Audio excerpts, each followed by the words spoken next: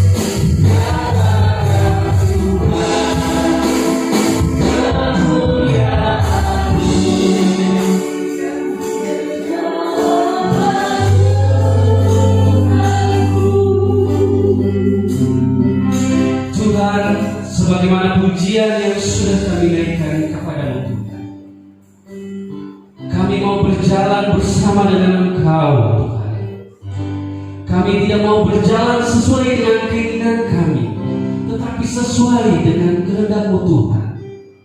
Oleh karena itu Tuhan, Engkau selalu ada bersama-sama dengan kami, agar kami senantiasa mengerti kehendak Tuhan di dalam kehidupan kami. Teristimewa Tuhan, pagi ini kami akan merenungkan firman-Mu Tuhan. Kami rindu Engkau melawan kami, Engkau berbicara atas hidup kami, agar hidup kami sesuai dengan firman-Mu Tuhan. Terima kasih Bapa. Tolonglah kami untuk memahami kebenaran firman-Mu Tuhan, dan dapat kami lakukan firman-Mu ini di dalam kehidupan kami hari lepas hari.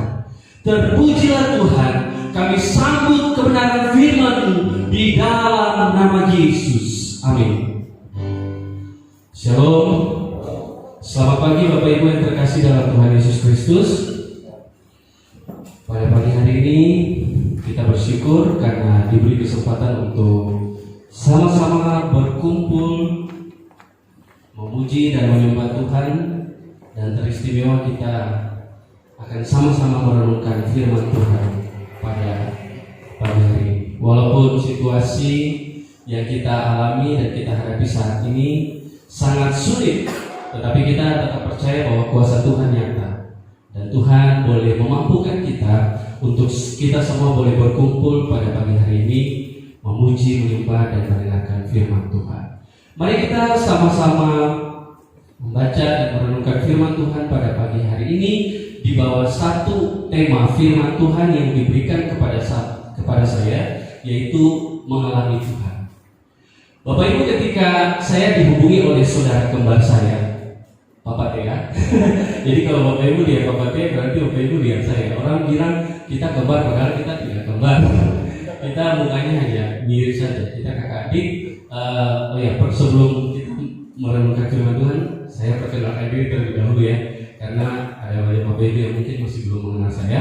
Saya bernama Marex Joseph. Saya melayani di STT Providensia Adonai. Saya sudah menikah, saya sudah punya satu anak. Saya adik dari Bapak Tea. Ya, jadi kalau bertemu di jalan, Bapak Ibu jangan lupa sapa saya ya. Oke, Bapak Ibu, kita akan merenungkan firman Tuhan di bawah tema mengalami Tuhan. Saya cuma merenungkan firman Tuhan ini dan saya mencari-cari kira-kira definisi yang tepat untuk saya mau mendefinisikan tentang tema firman Tuhan kita pada pagi hari ini itu apa. Saya langsung dibawa Tuhan untuk merenungkan satu bagian firman Tuhan yang dengan sangat tepat mau mendefinisikan tentang tema yang kita akan renungkan pada pagi hari ini, yaitu mengalami Tuhan. Mari kita sama-sama buka dalam Ayub pasal 42. Ayub pasal 42 ayat yang kelima. Kita akan baca secara bersama-sama. Dan untuk menghormati firman Tuhan ini, saya mengajak kita semua untuk bangkit berdiri, dan kita akan membacakan firman Tuhan ini secara bersama-sama. Jika semua sudah mendapatkan, mari kita berdiri dan kita membaca firman Tuhan ini. Ayub 42 ayat yang kelima.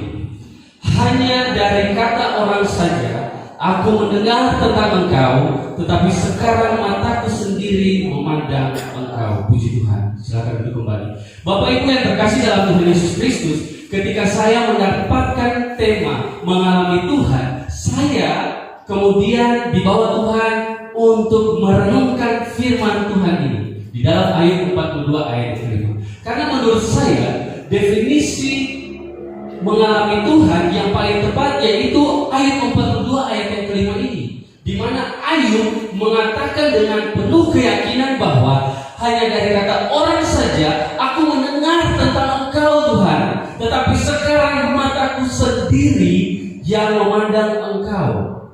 Merenungkan firman Tuhan ini, saya teringat dengan sebuah kisah yang sangat menarik. Kisah ini menceritakan tentang seorang petenis nomor 1 dunia yang pada saat itu berjaya di tahun 1968. Dia bernama Arthur Ashe. Kalau Bapak Ibu yang senang tenis pasti mengenal dengan siapa itu Arthur Ashe. Dia adalah petenis nomor 1 tahun 1968. Dia menjuarai beberapa kejuaraan tenis, yaitu Australian Open, US Open, bahkan kejuaraan yang sangat bergengsi di dalam kejuaraan tenis, yaitu Wimbledon. Ini titik di mana dia merasakan puncak kehidupan. Dia ada di dalam kejayaan. Dia merupakan orang yang populer pada saat itu di dalam olahraga tenis, dan itu merupakan sebuah kebanggaan.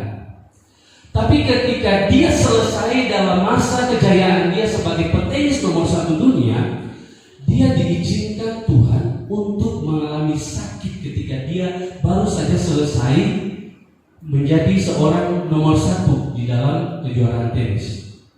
Dia pensiun dan dia divonis dia mengalami serangan jantung. Bapak Ibu, apa yang terjadi? Ketika dia divonis kena serangan jantung, dia harus 2 kali menghadapi operasi. Dan pada saat itu dia berada di titik yang paling bawah. Dia merasakan penderitaan yang sangat berat oleh karena penyakit yang dia alami. Ketika dia merindukan kesembuhan, justru bukan kesembuhan yang dia dapati, tetapi malah penderitaan yang lebih berat. Dia divonis HIV karena transfusi darah yang dia terima dari orang yang mau menolong dia. Ini penderitaan, ini kesakitan yang dialami oleh seorang yang bernama Arthur Ashe, petenis nomor 1 dunia. Tapi yang unik dari kehidupannya Bapak Ibu, ketika ada seorang penggemar yang mengirimkan surat kepada dia dan bertanya kepada dia, mengapa Tuhan mengizinkan kamu mengalami penyakit itu? Dan sangat mengejutkan apa yang dia katakan Bapak Ibu. Ternyata dia katakan seperti ini, dan ini merupakan statement yang sangat mengagumkan dan merupakan bentuk kepercayaan dia kepada Tuhan, dan di mana saya mau mendefinisikan bahwa dia adalah pribadi yang sudah mengalami Tuhan. Dia katakan begini, di saat saya menjadi petenis nomor 1 dunia dan saya ditentukan oleh Tuhan untuk menjadi orang nomor 1 di dalam kejuaraan Wimbledon, saya tidak pernah bertanya kenapa saya yang dipilih Tuhan.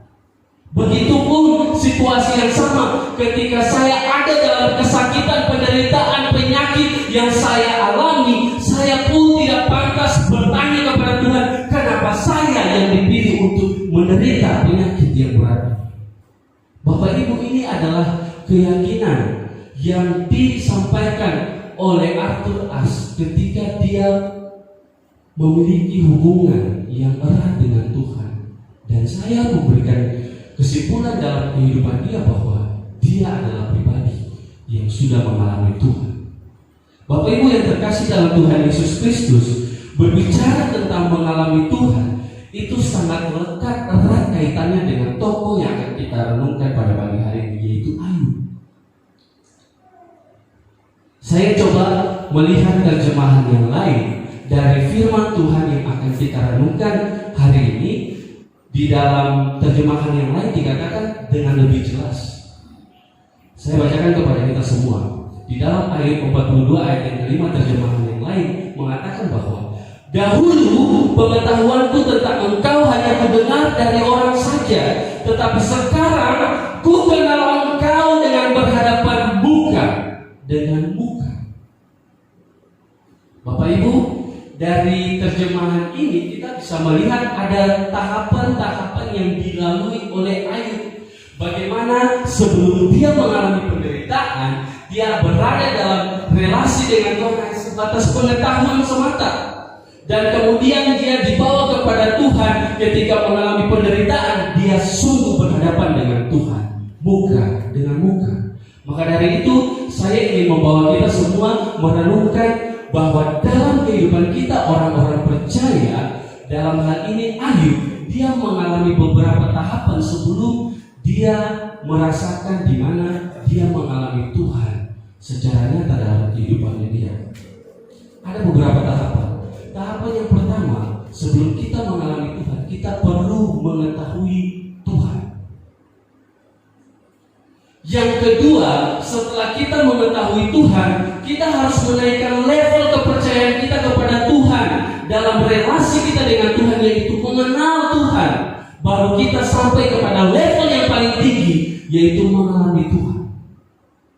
Bapak Ibu, ini adalah tahapan-tahapan yang harusnya kita alami sebagai orang-orang percaya dalam membangun hubungan atau relasi kita dengan Tuhan. Yang pertama, tentang mengetahui Tuhan. Inilah tahapan yang paling awal dari hubungan kita dengan Tuhan. Pada tahapan ini kita hanya sekedar tahu tentang Tuhan. Kita hanya dengar dari apa yang orang katakan tentang siapa Tuhan, dan kita membaca Alkitab tentang segala sesuatu yang dilakukan Tuhan dalam kehidupan kita. Tapi ingat, itu hanya sebatas pengetahuan semata. Ayo melalui proses ini Bapak Ibu, dan kita bisa melihat sama-sama di dalam pasal yang pertama, pasal yang ketiga, pasal 31 mau menggambarkan tentang pribadi Ayub yang membangun relasi dengan Tuhan hanya sebatas pengetahuan.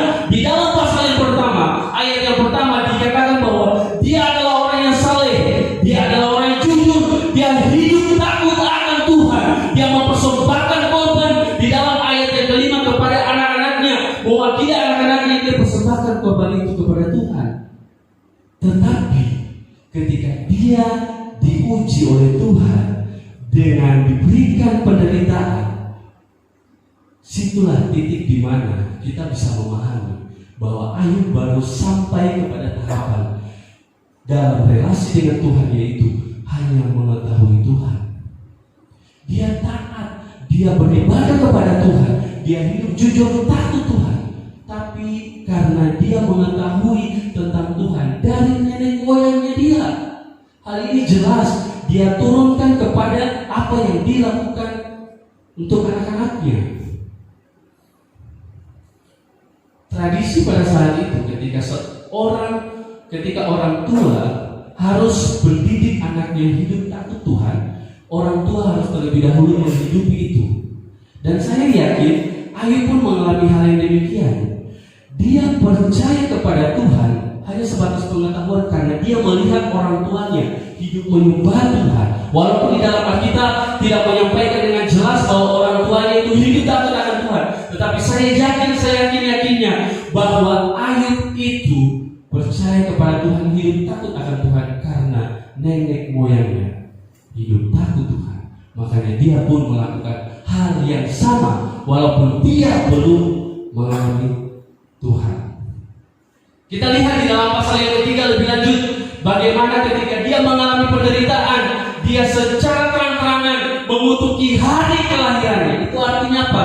Dia belum memahami siapa dia di hadapan Tuhan. Dia belum memahami Tuhan yang dia dapat melakukan hal yang besar dalam kehidupan dia. Bahkan di dalam ayat 31, Ayub menyombongkan dirinya bahwa dia tidak layak untuk mendapatkan penderitaan itu karena dia hidup benar di hadapan Tuhan. Ayub terjebak dalam kesombongan rohani oleh karena relasi dia dengan Tuhan hanya dibatasi oleh pengetahuan semata. Ini hal yang pertama, dan kita sama-sama lihat dalam kehidupan kita. Sudahkah kita mengalami relasi dengan Tuhan itu hanya sebatas pengetahuan semata? Contoh dalam kehidupan kita, mungkin saja kita hidup takut Tuhan, kita beribadah, kita melayani Tuhan, kita melakukan hal-hal yang baik kepada sesama. Itu karena kita tahu itulah yang diajarkan oleh Alkitab, itulah yang dilakukan oleh orang tua kita. Maka dari itu kita melakukan hal yang sama. Tapi tahukah kita bahwa itu hanya sebatas pengetahuan semata? Ketika kita ada dalam titik yang paling bawah, mengalami kesulitan dan penderitaan hidup, apakah kita masih tetap menjaga relasi kita dengan Tuhan? Dan disitulah titik di mana kita dapat mengetahui di mana posisi kita. Apakah kita sudah berada di dalam tahapan mengetahui Tuhan ataukah belum? Ataukah kita berada lagi di dalam level yang selanjutnya, yaitu mengenal Tuhan? Saya dalam beberapa minggu ini sangat aktif di YouTube, dan saya mengikuti ada sebuah perkembangan di mana ada ada seorang pendeta yang kemudian menyangkal ketritunggalan Allah, dan baru 2 hari lalu dia mengundurkan diri dari sinode, tempat di mana dia melayani. Bapak Ibu, dari sini kita bisa melihat hamba Tuhan bukan menjadi jaminan bahwa dia itu bisa memiliki hubungan relasi yang baik kalau hanya dibatasi dengan pengetahuan semata. Dia belajar teologi 5 tahun, dia melayani Tuhan berpuluh-puluh tahun, tetapi itu bukanlah menjadi jaminan bahwa dia sudah mengalami Tuhan. Dia melakukan semuanya itu sebatas kognitif saja, sebatas pengetahuan semata, mengisi otaknya dia dalam menyampaikan segala sesuatu yang harus dia sampaikan kepada jemaatnya dalam setiap pelayanannya. Bahwa dia belum mengalami Tuhan, itulah yang bisa kita lihat ketika dia menyangkal ketritunggalan Allah. Ini sangat menyakitkan. Walaupun ini tidak terjadi dalam kehidupan Ayub, tetapi di sini kita bisa melihat Ayub naik level. Dia tidak berhenti dalam mengetahui Tuhan, dia naik ke level yang berikutnya, yaitu mengenal Tuhan. Inilah tahapan yang kedua yang dilalui oleh Ayub. Bapak Ibu, dalam tahapan ini kita bisa melihat bahwa kita itu sebenarnya sudah mengalami pertumbuhan iman ketika kita semakin hari semakin tahu siapa Tuhan, sifat-sifat Tuhan. Allah itu Maha Kasih, Allah itu adil, Allah berdaulat, Allah Maha Kuasa, mengatur segala sesuatu sedemikian baiknya di dalam kehidupan kita. Dan dalam tahapan ini juga kita percaya kita semakin bertumbuh. Oleh karena apa? Tuhan menjawab setiap pergumulan kita. Tapi tahukah kita bahwa tahapan ini adalah tahapan di mana kita hanya sebatas mengenal Tuhan. Tapi jangan cepat puas diri. Tahapan ini pun kita harus lalui supaya kita bisa naik ke level yang berikutnya. Pasal 38, pasal 39 membawa kita kepada situasi di mana Tuhan menampar Ayub dengan sangat keras. Dia katakan kepada Ayub bahwa apa yang Ayub lakukan, apa yang Ayub sampaikan, tidak ada apa-apanya, sehingga mata Ayub terbuka. Dan dia katakan, dan Ayub katakan di dalam pasal 39 ayat 37 dan 38 bahwa saya bukanlah pribadi yang layak di hadapan Tuhan. Saya hina, saya tidak pantas menjawab segala sesuatu yang sudah Tuhan tujukan kepada saya. Tahapan inilah yang dialami Ayub, dan dia naik ke level yang berikutnya. Dia dibawa oleh Tuhan, diperlihatkan segala kemahakuasaan Tuhan. Ketika Ayub menantikan jawaban Tuhan, kenapa saya Tuhan menderita? Kenapa saya mengalami kesulitan? Kenapa harta saya diambil? Anak-anak saya hilang? Tuhan menjawab dengan segala kemahakuasaan. Dapat kita lihat di dalam pasal 38 dan pasal yang ke-39. Bapak Ibu, ketika kita ada dalam situasi yang demikian pun, kita jangan cepat-cepat puas diri. Kita katakan bahwa saya sudah mengenal Tuhan, saya tahu Allah itu Maha Kasih, saya tahu Allah itu Maha Kuasa, saya tahu Allah itu Maha Adil dan berdaulat atas kehidupan saya. Oleh karena itu, saya hanya sampai sebatas itu saja. Cukup di situ. Tidak. Dari hal ini kita bisa melihat di dalam pasal 39 ayat 37-38. Ayub merendahkan diri serendah-rendahnya di hadapan Tuhan, dan dia katakan bahwa dia adalah pribadi yang hina, yang tidak layak memperkatakan segala sesuatu yang sudah dia katakan di dalam pasal 31, di mana kita bisa lihat gambaran Ayub menyombongkan segala sesuatu yang dia lakukan di hadapan Tuhan. Terkadang pun kita demikian, Bapak Ibu. Kita datang sama Tuhan, kita katakan, Tuhan, saya sudah mengenal Engkau. Saya hari ini melayani, setia kepada Tuhan melayani. Saya berkhotbah, saya menyampaikan puji-pujian kepada Tuhan. Saya melayani musik, saya juga melakukan apa yang berkenan di hadapan Tuhan.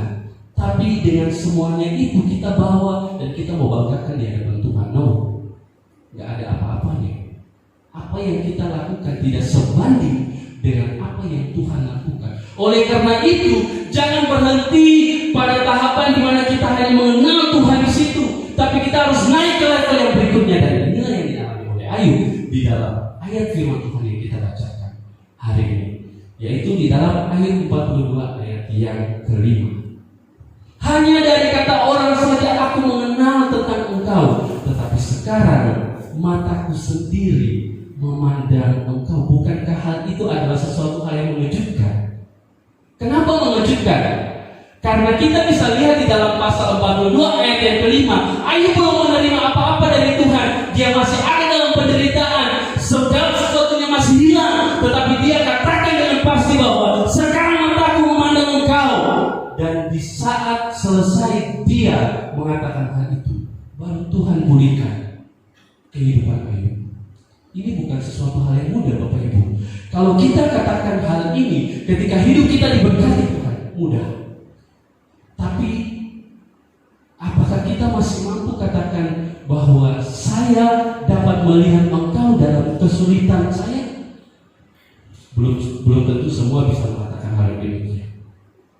Kita bisa melihat di dalam pasal 42 ayat yang kelima, Ayub mengatakan bahwa dia berjumpa pribadi dengan Tuhan.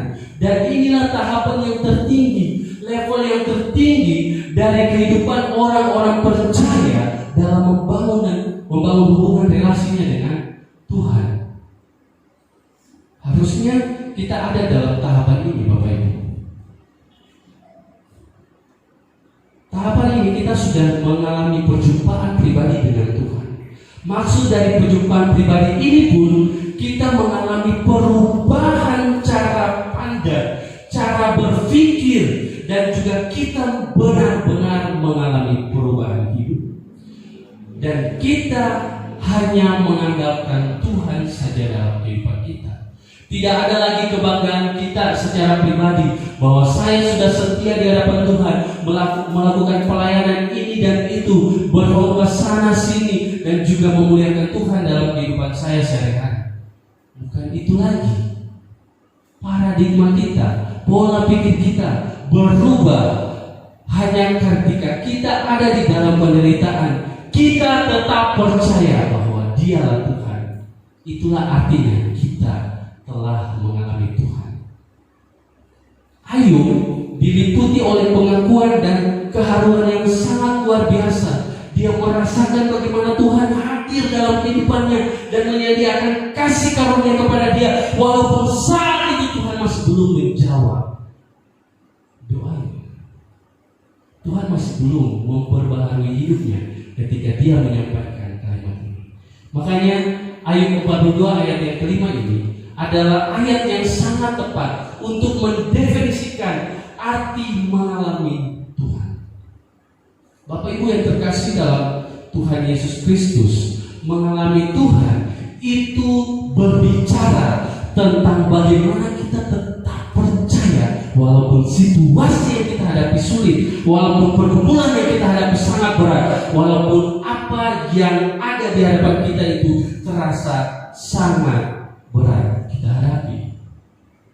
Itulah titik di mana kita harus menyadari kita sudah mengalami Tuhan. Bukan sebaliknya, kita menyalahkan Tuhan, kita membawa segala kebaikan dan segala sesuatu yang sudah kita lakukan di hadapan Tuhan, kita bawa, kita sampaikan itu kepada Tuhan. Tidak demikian. Saya tahun 2019 bersama dengan istri mengalami situasi yang sangat berat di bulan Oktober. Pada saat itu di tahun 2019 harusnya kami sudah bersiap-siap untuk merayakan ulang tahun yang pertama. Dan pada saat itu istri saya sedang mengandung. Istri saya mengandung masuk usia yang ke-7 bulan. Tapi yang sangat mengenaskan pada saat itu saya tidak punya uang sama sekali. Saya belum mendapatkan gaji dari tempat pelayanan saya di Provinsi Adonai selama 2 bulan. Dan ini beberapa kali saya rasakan, dan saya rasa situasi yang sangat berat saya hadapi pada bulan Oktober itu, Bapak Ibu. Di mana saya betul-betul ada di titik di paling rendah. Saya menangis, saya saya tidak bisa memberikan sesuatu yang terbaik untuk istri saya. Dikala istri saya sudah mengandung besar 7 bulan, harusnya mempersiapkan segala sesuatu untuk anak saya, tapi itu tidak bisa saya lakukan karena saya tidak punya apa-apa. Untuk makan saja saya tidak punya uang, dan pada saat itu tas berasnya juga habis. Bapak Ibu, saya saat itu merasa sangat terpukul. Saya merasa saya sebagai kepala rumah tangga yang tidak bertanggung jawab. Tetapi di titik itu saya benar-benar mengalami Tuhan. Saya sampai mau mengambil tindakan untuk harus ngojek. Jadi di pagi hari, siang hari kami belum makan sama sekali. Lalu kemudian saya berinisiatif untuk saya harus ngojek supaya saya bisa dapat uang, minimal bisa beli beras. Dan itu saya katakan kepada istri saya. Dan apa yang dia katakan kepada saya, dia panggil saya, dan kemudian dia ajak saya berdoa. Dan di titik itulah saya merasakan bagaimana saya mengalami Tuhan yang besar. Walaupun pada saat itu ketika kita selesai berdoa pun Tuhan tidak jawab doa kami. Tapi dari situ saya benar-benar mengalami Tuhan. Ada kekuatan walaupun kami masih belum makan dari pagi sampai siang, dan ketika kami selesai berdoa tidak terjadi apa-apa. Tapi kami merasakan damai sejahtera. Kami merasakan ketenangan karena kami mengalami Tuhan pada saat itu. Dan ketika beberapa jam kemudian, di sore hari tepat jam 5, saya ingat waktu itu ada seorang yang kemudian mengirimkan kami berkat Tuhan 500.000 ke nomor rekening kami tepat jam 5. Dan saat itu saya kembali memanggil istri saya dan saya katakan, Tuhan terima kasih karena Engkau menjawab doa kami. Tapi kami mengalami Tuhan bukan di saat Tuhan menyediakan berkat itu, tapi di saat ketika kami selesai berdoa, kami merasakan ketenangan di siang hari itu. Dan inilah yang dialami oleh Ayub. Ketika dia selesai berdoa dan menyampaikan pengakuannya di hadapan Tuhan bahwa dia merasakan kehadiran Tuhan nyata dalam kesulitan dan penderitaan hidup yang dia alami, di saat itulah kemudian dia diperbaharui oleh Tuhan. Hidupnya kembali dipulihkan, anak-anaknya kembali diberikan kepada dia, dan juga harta bendanya diberikan 2 kali lipat. Itulah yang dihadapi oleh Ayub. Itulah yang dialami oleh Ayub dan dialami juga oleh saya. Saya yakin Bapak Ibu juga bisa mengalami Tuhan dalam kehidupan Bapak Ibu. Mari kita sama-sama melihat sudah sampai pada level mana kita berada. Apakah kita setia kepada Tuhan hanya sebatas kita mengetahui Tuhan dan kita mengenal Tuhan?